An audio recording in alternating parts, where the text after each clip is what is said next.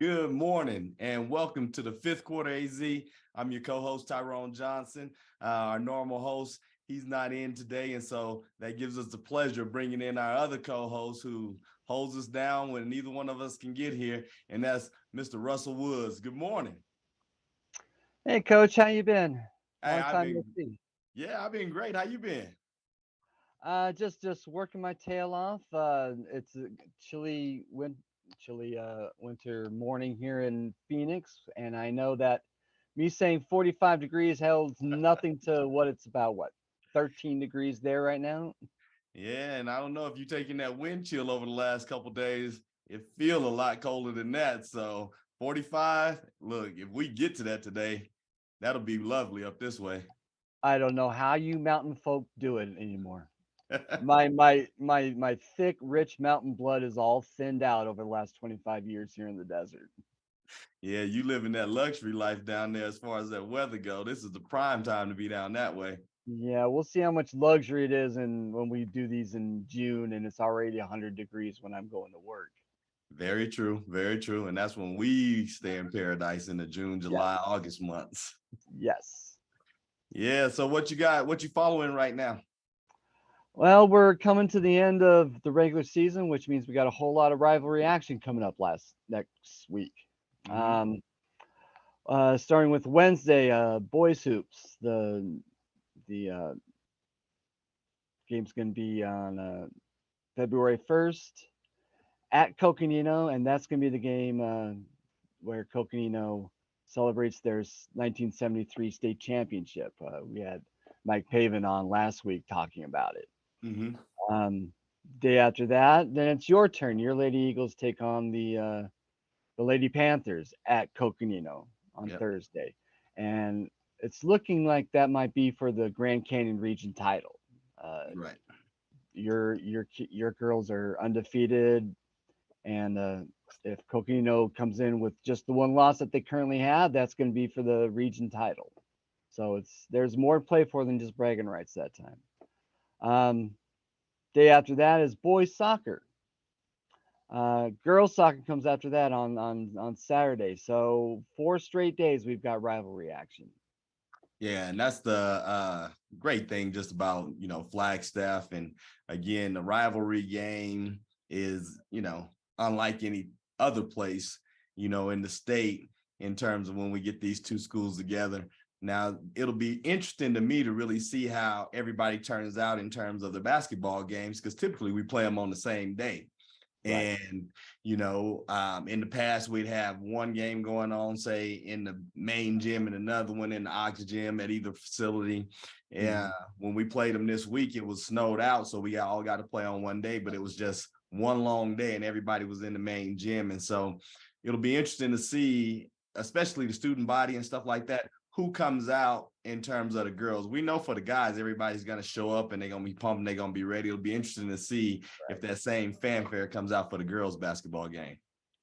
Well, you might, like I said, it's going to be for the region title, and uh, the Lady Panthers have had an excellent season.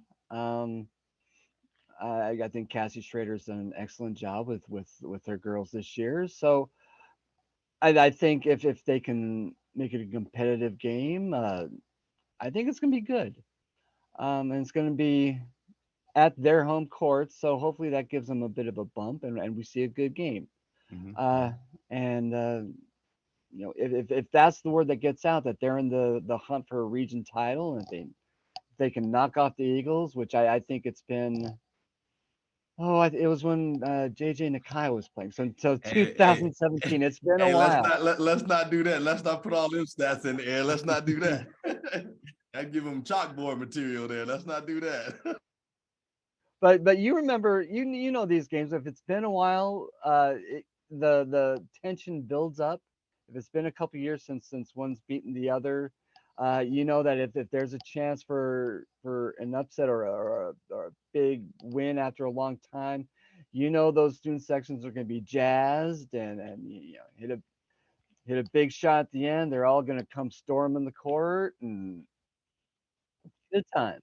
Oh yeah, it's definitely good times, and we truly do hope that both schools bring out a lot of support, and that the boys game can be a good competitive game as well as the girls game. And if we can, deliver that to the people, I think that just bodes well for Flagstaff basketball. Yes, I concur that this town needs both teams to be competitive, both schools in as many sports as possible. That's when this gets good. I mean, we see good teams sometimes from one school or the other, but it's when both are clashing for, not just city titles, but region titles and rankings and positioning and brackets. That's when this gets really good. Mm-hmm. So I'm glad to see that at least this year, girls basketball has that feel to it. Yep. So how's the feel on the soccer side? Are they both competing kind of for the same thing? The Flag High girls are one of the best in the state. They have been for over a decade. They're ranked number 6, I believe. Their one loss was to Lee Williams, first time Lee Williams has ever beaten them. They're a shoe-in for the playoffs. Coconino isn't that far off. They're further down in the rankings. I believe they were number 19, I believe. Okay. So a good couple wins and coming down the stretch will get them back up to number 16 and in the playoffs. So they've got something to play for as well coming down the stretch and playing Coconino. The boys, not so much. They're both ranked in the 20s and the 30s. So uh, they're playing for for their city bragging rights this year. Okay. Well, we on the topic of flag versus Coco, and our guest today is legendary in this town. One of the most respected and well-known coaches that has ever came through Flagstaff. And so, why don't we just go ahead and get into it? With no further ado, why don't you bring on our guest? I think you and I have both known this man pretty much all our lives growing up in Flagstaff, grown men following his career and being part of both high schools, the legacies of both Flag High and Coconino. It's an honor to have on our show today, Mike Moran. Thank you guys for inviting me. It's an honor to be with you, and looking forward to this conversation. Absolutely. How you been, Coach? I'm great, Tyrone. I'm just hanging in there, doing a lot of shoveling lately. Been up on the roof, just tired of the snow for a little bit. We haven't seen a winter like this in quite a while. It's been quite a while, and keep your shovel handy because we're supposed to get another one on Monday, Tuesday. That's what I'm hearing. Boy, I'm gonna need some more basketball kids to come over and help me shovel out. Absolutely. Coach, like Russell and I were saying, you're very well known, well respected here in Flagstaff for everything that you've done in terms of youth sports, high school sports. But why don't you give us a little bit of background about yourself and just take us briefly through your coaching career here? Okay. Well, 1979, I asked a young lady, my wife Trish, if she wanted to move to Flagstaff. And so I'd been coaching a little bit down in the valley. I'd worked in the Scottsdale Public School. I coached an 8th grade team down there, my first coaching job. And then 2 years later in 77, I went over to East High School with Royce Urey and did some internship over there. That was a spectacular experience. And we decided to move up here to Flag, and started working at the ice rink with Mike Kolbeck and Ken Ingalls and all those guys. And I saw a little blurb in the newspaper about a basketball coach wanted at St. Mary's Parochial School. And I said, I'm going to go down there and see what's going on, So I went to St. Mary's and I met Sister Bridget Mullally, a wonderful woman in my life, and spent 4 years with her in the phenomenal school there, and all the great kids. And it's been a great ride from there. I mean, it's just been amazing. Went to East Flag Junior High School. I coached Bill Epperson's daughter at St. Mary's, and after a little tournament we had there. He said, "I want to talk to you. I want you to come coach over at East Flag Junior High School." And so that's I moved over to the east side, so to speak, and worked with Bill for, I don't know, 4 years, and eventually moved. I was helping at the high school at the same time. I was all excited about, Stan Townsend and all these great coaches, and I was so happy to get into town, and it's been a great ride, and it's been an honor to be a part of this great community, and all the kids that we've coached over the years, Tyrone. It's just, that's what it's all about, is building self-esteem, self-confidence in kids through the game of basketball. It's been a lot of fun. Yep, and you've been one of the best at doing that. I didn't necessarily have the pleasure of playing for you, but I did get to compete against you and your teams. And one thing, me now as a coach, what is your overarching coaching philosophy? Not necessarily just for your X's and O's, but just, do you have an overarching coaching philosophy that you take into you, irregardless of the sport that you're coaching? I think we all have to have some foundation that where we learned how to play, how we who were our mentors and what we learned from them.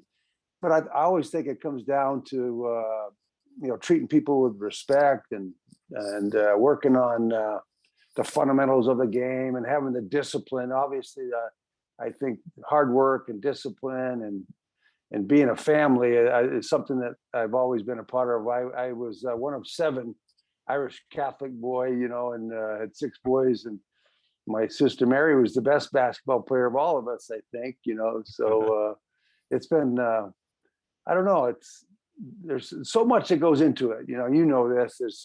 It's a complicated. It's a tough job. Parents, kids, all kinds of competition, all kinds of things happen in this business, and it's all about dealing with people, treating people with respect, and playing, with a lot of class and integrity, and sportsmanship has always been a big part of what I do. I don't care how competitive it gets. It's got to be, the game of basketball. You got to do it right. You got to treat people right. And I was telling Russell before you came on, one of the great moments of my life is you actually beat us over at Coconino High School in the region tournament, and then you came off a knee injury, and it was amazing the game that you played that night. You and James were going at it, and yeah, and you rallied your team and beat us in that game. It was a great game, and I think that was one of the great moments of my life, coaching against you, and the way you handled it after the game. You were such a respectful young man, and you were a class act from the get-go. And so I've really enjoyed watching you play, and you're the best coach in the history of this town, Tyrone, and I congratulate you on everything you do. I don't get to see you play enough. That's my problem. I want to see what you do, but all about good defense, as you know. Got to play you can't give up 80 in your own gym. Definitely can't. I definitely appreciate them comments, Coach. And you take it out to the public. I'm quite sure a lot of people will differ with you as far as the best coach that came through. I think so. I definitely appreciate them comments. Oh, you deserve all of it. You've done a great job, Tyrone. Thank you, Coach. Yeah, I'm honored to have the 2 winningest coaches in city history sitting with me. And I know I've taken pictures of you on my crappy little Android phone that didn't quite come out, but it's always been a pleasure watching the both of you, especially over the last 5 years, both coaching and being in the same gym together. That's one of the things I've really liked about. We talked about rivalry games. One of the things that I've really liked about it, it's the one thing where everybody comes together as a family, rooting against each other. And usually I'm the only one that's neutral in the gym, but it's great seeing everybody come out. What are some of the rivalry memories you might have, Coach? If there was a particular game or a performance. You talked about Tyrone a little bit, but that was in the region title for the region tournament. What are some things you remember about playing in these rivalry games, both as Coquino, but people might tend to forget you also coached at Flag High too. Some of the great memories I have, first of all, starting with John Riley. John Riley and I were the ninth grade coaches going at it. And I loved John. And that was a great rivalry. I enjoyed all, the progression moving from St. Mary's up to the high school. And the middle school was so much fun for me. I got to learn how to, I coached every sport there, football, basketball, and baseball for like 4 or 5 years. And I'd run over to the high school and coach in the evening, that kind of thing. But the rivalry, there's been so many great rivalries. One I remember particularly was over at Flag High when we were able to beat a great Flag High team, and the crowd, like you were saying, was amazing. It's something that you live for in this business, in this town. I still go. I'm going to continue to go as long as I live and watch these kids compete. Like you said, some of the most recent, my last 5 years coming back and playing some great Flag High basketball teams, the last second shots in our gym, their gym, and back in ours, they beat us. I mean, but it was always classy. I've never had a moment where we weren't respectful. Well, there was a couple when somebody transferred years ago there was some animosity in there, but we've always been great competitors, great respect for the Flag High programs, and it's been the joy of my life to compete against Flag High like that. It just elevates everybody's senses, and it's a lot of fun, and I'll never forget them. It's been a joy to compete against such a great school and so many great people over there. I've been treated so well by the Flagstaff community. The Flag High kids have been, I've known them all over the years and had a lot of fun. And Tyrone is especially special in this business for me too. So yeah, it's been a lot of fun. Yeah. You coached a lot of great teams over the years, especially at Coconino. You got 2 Panther teams to the semifinals in 1997, which I'll say it again. I screwed it up when I told everybody, and then the Daily Sun ran with it, that the last time the Panthers made the Final Four was 1989. That's my bad. So if that Sun website and it says first semifinal since 1989, I'm the one that blew it. But you had 2 teams, the 1997 team, and then just recently your 2021 team. What were special about those teams, and do you ever compare and contrast the two? I don't spend a lot of time doing that. It's such a long haul. You give everything you got, and when it's over, it's over. But I think one of the most exciting moments for me is when we had the '89 team that went to, was 31-1. I had the chance to build that team from the middle school up and joined the great Ted Henniger there, and a great run. Came within one game of, the perfect season, a state championship, and it wasn't to be that night. Played a great Casa Grande team, but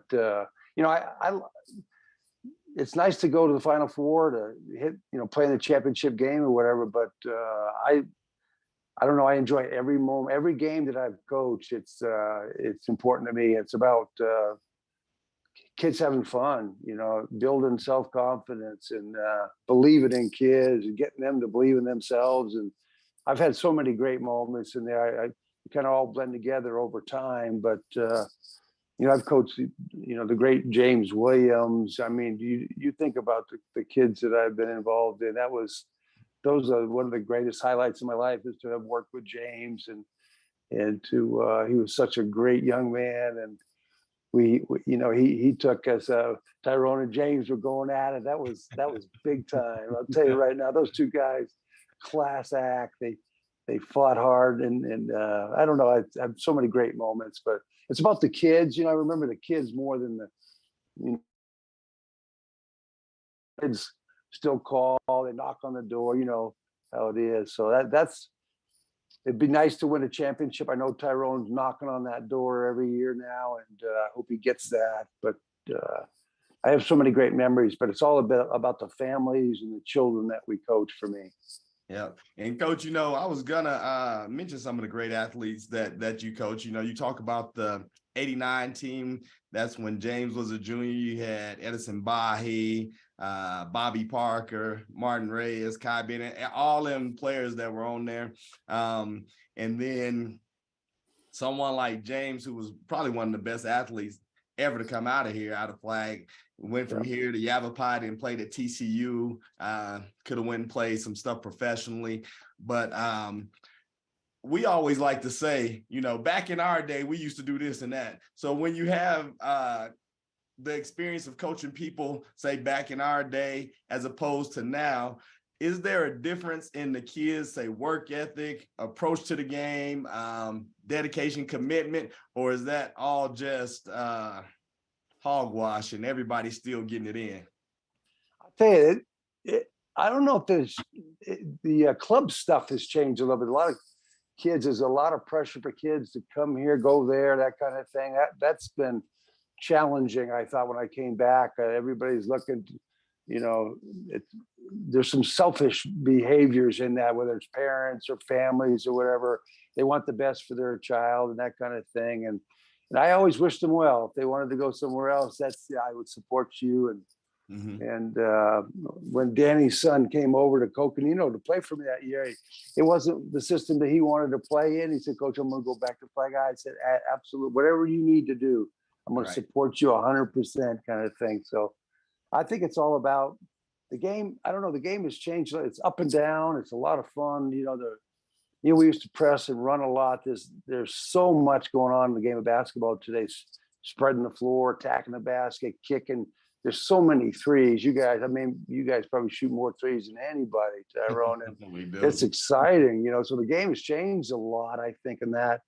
I had a radio guy ask me last year at the end of when I retired, he goes, you know, Coach, why do you have two post players down inside? You know, that's, you know, everybody's spread out. I said, because because it works for me. You know, I like two big fellas down. Never had a lot of big guys, but you get the ball down the block, you can create some problems for the team you're playing. So I thought about it a lot, and I have been an old school guy, you know, that wants to post up and wants to push the ball, but the game is it's so up and down now. It's so exciting to see the kids. They're such great shooters today, you know, and they light it up, and the crowd loves it. And so I don't know. The game is it's evolved over time, like everything else. And I'm looking forward to watching you guys play a little bit here down the stretch to see if you can pull it out this year, Tyrone. Well, we definitely gonna try, and you know, we probably do shoot more threes than anybody in the state, but we don't make more threes than anybody in the state. That's the problem sometimes. What's a good shot? You know, you talk to kids all the time. Is that a good shot? You know, who knows anymore? You know. Yeah, in their mind, all of them is good shots, and you try and say, hey, if you have a contested shot and you can make one pass to an open shooter, you may have a good shot, but that's a great shot for them. Get a ball up. And so, like you say, AAU mentality, everybody, I got to get mine. And, you know, parents, if you don't score these many points, so on and so forth. And so, but yeah, we put up a lot, but I don't know if we make as many as everybody else. Well, I'll tell you what, I'm looking forward to the finish of this year. And I look forward to, you know, seeing you and Coco go at it again. And I'm hoping that the Coconino girls will step up a little bit and give you a good game and make it exciting for everybody. And but the class act between Coconino and Flag, I've seen some things over the years, you know, in different gyms, but this town is an amazing town, and we root for each other. There's no doubt about it. There's you know, whenever you're playing, we're hoping you're winning. When we play each other, you know, it's a battle, and it's one of the great things I've been involved in my life is to be a part of that rivalry, and just so excited to still watch it. And I've been trying to catch a few games this year. I watched the whole Pepsi tournament, I was just sitting there watching every game and just enjoying it, kind of missing it a little bit. Right. Yeah, one of the items that's been kind of a running theme through the show this whole season is the advent of the shot clock. How would the shot clock change the way you coached, Coach? You know, I'm not, I guess, like the 3-point shot came into the game. I wasn't up for the 3-point shot either when it first came in. I was thinking, wow, that's changing the game and that kind of thing. But, the shot clock, I'm not a big fan of that right now, but I probably would be over time. There was a coach down in the Valley, a really good coach. I coach kids, forget his name right now, but he said he wasn't in favor of it because only 2% of the kids go to college. And it's not something that they need to really prepare for. It's more for the superstar club kids that really are going to go into the college ranks, those kinds of things. Obviously, if you've watched me play down over the years, if I get a lead on you and the clock 3 minutes, we're going to hold the ball. If we go into our four corners back in the day, and used to watch North Carolina do that. That was what I used to do as a point guard. I'd have the ball and spread out, and nobody could get it back, kind of thing. So the shot clock is going to change the game a little bit. And I know I wasn't sure they could keep the shot clock. They have trouble keeping the regular clock. Then they add the shot clock. I was concerned about how that's going to go, but over time they'll get it. But I think it's going to add it's going to speed up the game a little bit. And you can't hold. People hate it when you hold the ball, and they booed me in the at times, but I love that because they quit playing sometimes. They can't, they get bummed out. They're watching the clock. We're holding it. They got a foul, and we make all our free throws. We shoot free throws, Tyrone, and that's how we close you out if we can. So I don't know. We'll see what happens with the shot clock. I'm anxious to see how that develops. How do you? I know you still come to the gym all the time. And I know that you set up Cooper Elliott his first year at Coconino for the boys. How do you think he's doing? I mean, records aside, how do you think he's doing as a coach in terms of getting his players ready and the tone and keeping everything positive? How do you think he's doing? I've tried not to evaluate what he's doing. We had a great run up. I wanted to turn this thing over to him. He's such a great man. He's such a class act. And although he got thrown out of the flag high, what are the Pepsi tournament games? He's going to have to learn a little bit about that, I guess. But I love this guy. And he comes from a great family, great athletic family. The young man played in the minor leagues in baseball. He was a wrestler. He played, the guy is something else, and the kids love him. I could see it. I knew I've had some little health problems here and there. I thought, I'm going to turn this thing over. I got 8 seniors coming back. I'm going to turn this over to this young man, and the kids love him. And I think he's a great man, great role model, a great athlete. The kids love to see him play. He's quite an athlete. And, but I think he's doing well overall. I listened to the radio the other night, and I've been to a couple of games, and I'm trying to give him some space that he needs. I don't want people to think that, I'm questioning what he's doing. We've had great conversations. We talk regularly. And I wanted to ask him what the last play was the other night against Prescott. I didn't get to see that. I was listening to it on the radio. That was a great game. We talked quite a bit. Yeah, it was a great game. And I was doing the Dave Zorn game with him one time. So other kids are rebuilding. I said, Dave, we're not rebuilding. I got 8 seniors coming back. I wanted this to be a great year for Cooper and this great Coconino program. So I made a point to step out, make sure that he got that job and took over the program. I'm very, very proud of him. I think he's the big dog. He's got it all, and he's got to learn a lot though. You learn a lot as you jump into this system and these games, and he's a smart kid, and he's going to do very well there.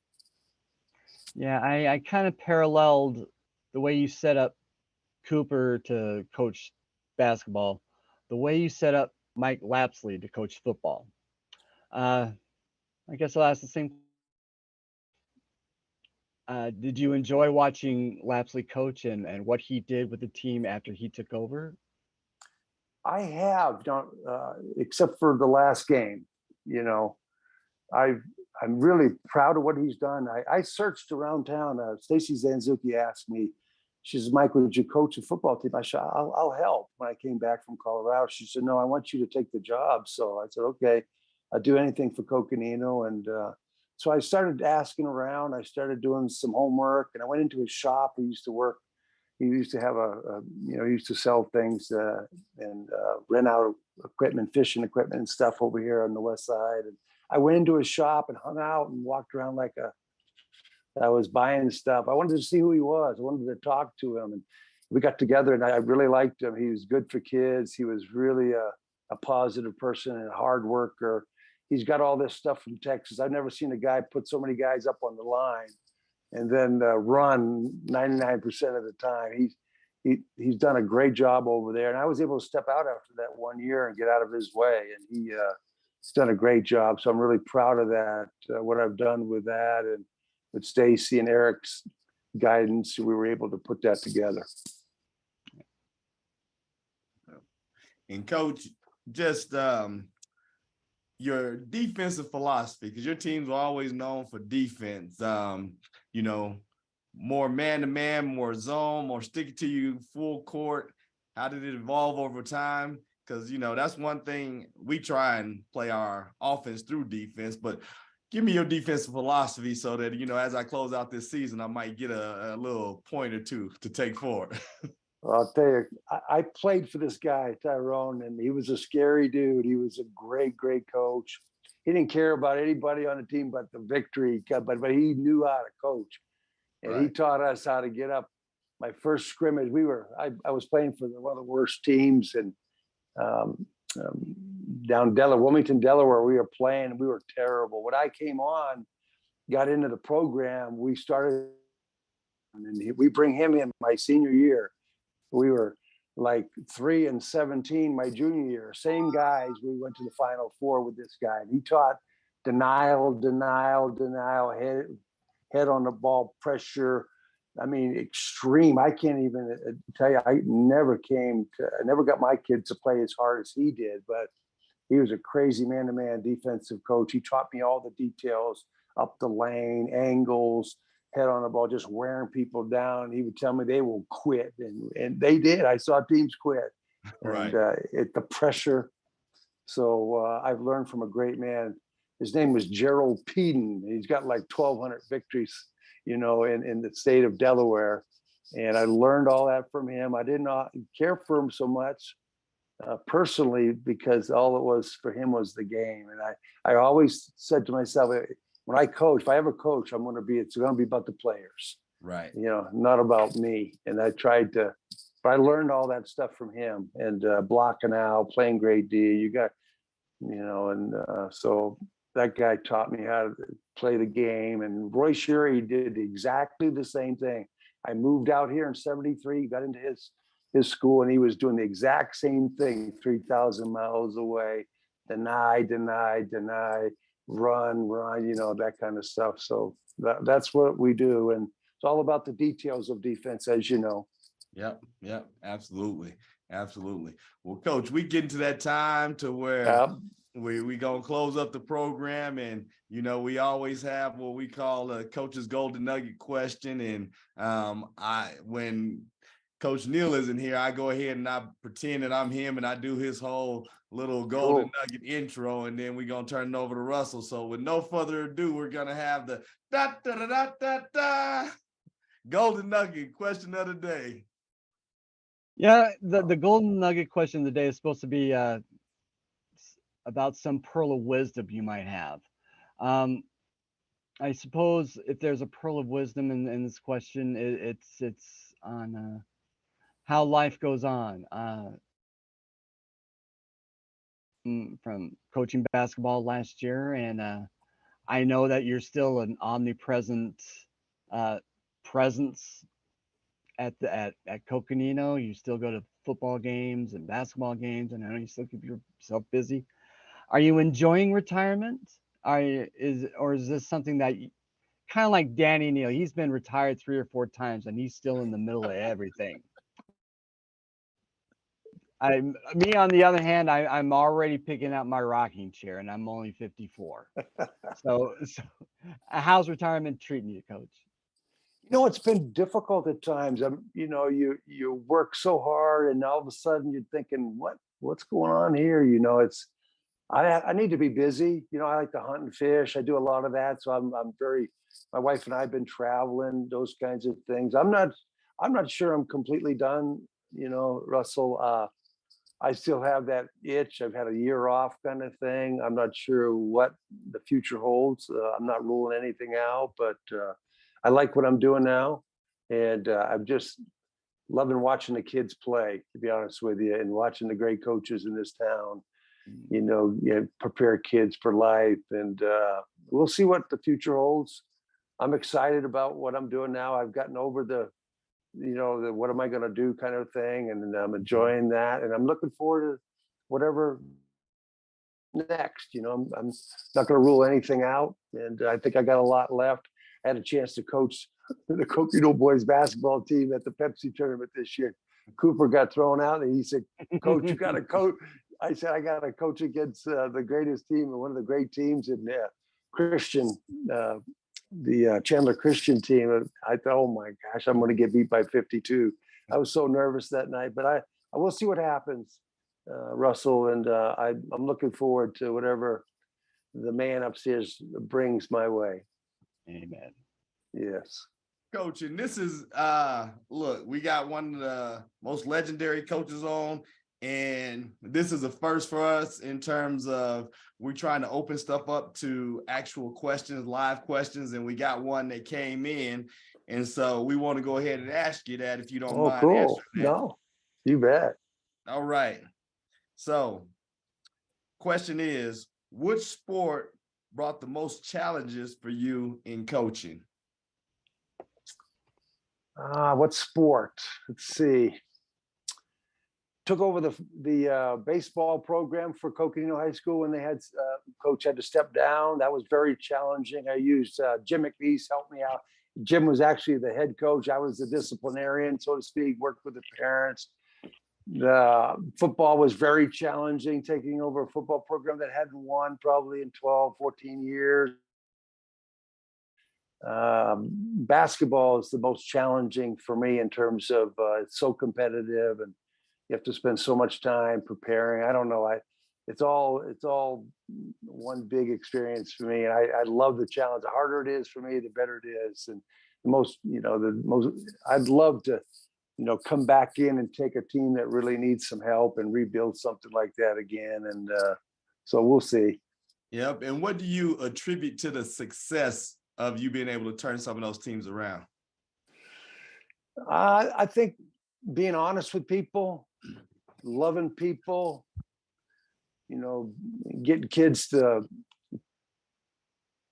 believe in themselves and as a team. That's what it's all about for me, and been very fortunate. All right. Well, Coach, just want to let you know that I've appreciated everything that you've done, how you role modeled a way for someone to coach and to get after and to be passionate. And just, again, the competitive nature, the way you go about things, I mean, it set the bar high, and that's something that I strive to do and be. And so I definitely appreciate everything you've brought to the Flagstaff community. Well, I tell you what, Tyrone, it's been such an honor to be watching you play against you, to watch you coach, and the man you are in this community. This has been a true love. I coach on both sides of town, so I don't care where it is. It's the same to me, and we all look up to you and all the things that you've done, and I'm looking forward to the end of this year. I'm feeling it for you, and I'm thinking I hope I get a chance to watch it. Yeah, well, definitely appreciate it. And hopefully you can watch it when we playing in like a Coliseum or something. Absolutely.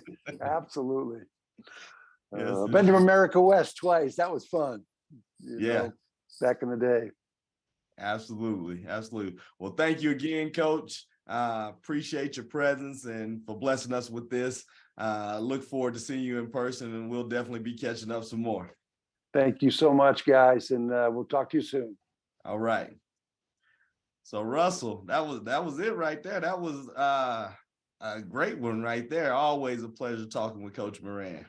I we're trying to get different kinds of guests on. We're trying to get athletes. We're trying to get legends, coaches.